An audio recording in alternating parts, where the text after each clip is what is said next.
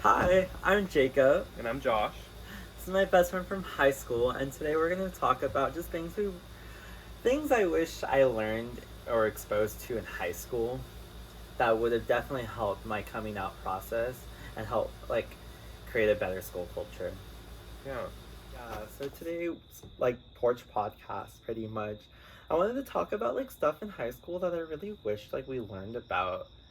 Mhm. Obviously being gay, I wish I was exposed to a lot more stuff back in high school when I was questioning myself. Mhm. Because everyone's questioning themselves after high school or Mhm. so. But I did it from really early on, and I didn't have Mhm. much resources. I got to be the resource to people who were coming out or still in the Right. closet. But I never got to have the resource. It was Mhm. like I was the very first person in my friend group to drive kind of thing. Yeah. But I wanted to open up this conversation because of the Don't Say Gay bill that's in Florida. So in class we learned a lot about it, but a really big takeaway that I've learned from this bill is that it's actually permitting students can't go see their counselors about questions they have of their sexuality because technically by law you can't facilitate those conversations at a school. So it takes away a lot Mm. of mental health counseling from them. Mhm. And especially another thing that I learned last week is that a lot of kids feel really bullied and feel unsafe at school, Mhm. and schools that have a lot more curriculum LGBTQ curriculum actually face a really low percentage of bullying and harassment, and a lot of the kids have a more much more safer kind of connection with the campus themselves. So I wanted to come up with a list of stuff that we could have been exposed to and Right. just kind of daydream about when we were in the closet in high school. Oh. Yeah, and I just wish growing up I wish I was exposed to the poetry that I'm exposed to now. I Mhm. brought this book, What We Lost in the Swamp, and there's a poem about a first date with a guy, and I really enjoyed it because when I was dating James when I was 16, a sophomore, going on a date with some guy, it was very very new. So when Mhm. I saw these words on paper, it just felt like I was meant to have that. I was meant to have that emotion that I had back then. I didn't feel like I was the only one, and it's kind Yeah. of like a canon. Exactly. It's kind of like a canon effect, you know. Mhm. And Mhm. I wish a lot more boys my age back then were exposed to that. So finding this piece of poetry, it was a lot. It was a lot to No, uncover. yeah, it probably meant a lot, and because every book that we read in our public education had some of them, a lot of them had love interests like Romeo and Juliet, whatever, Mm-hmm. so be it. And it's always a straight couple. And when you don't have exposure to literature or whatever that shows people of your community, then it just doesn't, you don't get to have that same sense of normalcy. Like, you don't feel that it's a normal thing to have when you're not, when no one ever talks about it because they're too scared to talk about it.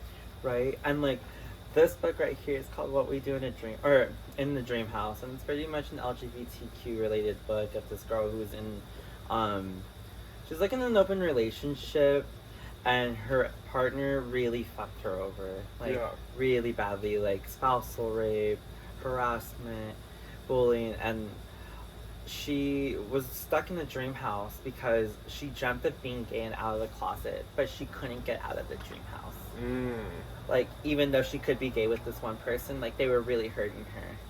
And I just couldn't like that analogy of just kind of letting go of the house, learning to walk away, because a lot of fiction just never really got to that kind of extent, or even talked about LGBT like in books. I never got to picture myself in that Right. moment, so I didn't.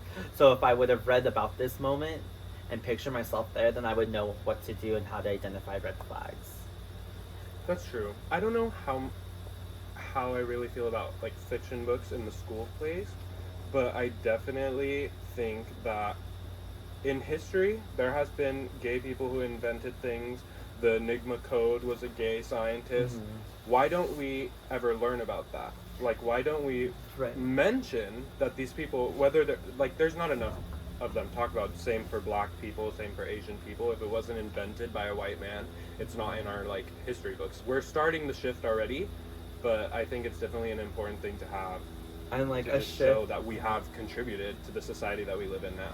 And you know, recently in my class we watched this movie. It's called It's Elementary, and Mhm. it's from little kids in elementary school that got exposed to LGBT literature and like stuff. They had a whole like campus event where like they talked about like families or so. Um, they had like a one school had like a photo gallery of just like lesbian families Hmm. and queer families and just straight families. Like it's just one big Yes. happy family. Like But the full spectrum. yeah, and you know, it's just film. It's very great to capture what they're doing inside the classroom. But there was a second film that captured how the world responded, and this this movie took it by storm, really, within the gay Mm. community, and it literally like populated how many schools were actually being exposed to this. Only 1% of schools were teaching LGBT literature, and now it was exposed to 27% back in like 2008. Mm. So like there was You know what it definitely is like 10. now?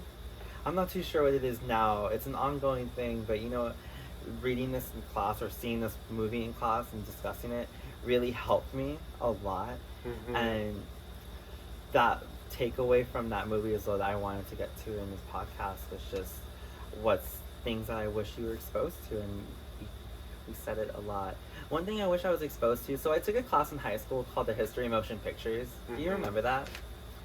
And you know, we You didn't can't watch talk about American pop culture without talking about the gay community. That is literally, very but true. like one thing that was big pop culture was this movie called Call Me by Your Name Mhm. back in 2017. I wish in my class that we had watched this film. I wish we watched an LGBTQ film. Yeah. And You just wish that the adults that were in constantly, you saw every day, were more involved in fostering like a sense of normalcy, like for people of that community. It shouldn't be, you know, there's this one kid that I know that was not religious. His parents were not religious. He, like, to me, it seemed like he had no reason to not come out. But really, the thing that holds you back is the culture that you are presented with in school. There's a reason why kids never come out until they're out of high school, because there's so much judgment from the kids around you because of the parents like instilling that or installing whatever that homophobia within them. So if there's more exposure to movies, literature, all of the sort, and definitely like mentioning it in class when like in history class or whatever, it will help so much for those kids. I'm like, I wish we had like, even like in AP Lit, I wish we had dissected like, I know Lady Gaga's Born This Way, and just like, what are the rhetorical Yeah, strategies of it? because we do that with other stuff, but it's always with Yeah, and you know, it could be like within the little things like that. yeah. Like I think that like these classes, you've talked about them a lot, and I feel like you've taken a lot out of it, and it's just sad that like not everybody gets it, like how you, yeah. So Yeah. Well, thanks for having this talk with me. I just like, if I can go back to high school and just change kind of curriculum, like, I just know that kids wouldn't be more gay. They would just be more accepting of just everyone. and of themselves, Mm-hmm. because it's a battle, and it like really should not be. Yes. So Like I've read, it's not a once and for all kind of thing. It's an ongoing Mhm. process. So, exactly. yeah.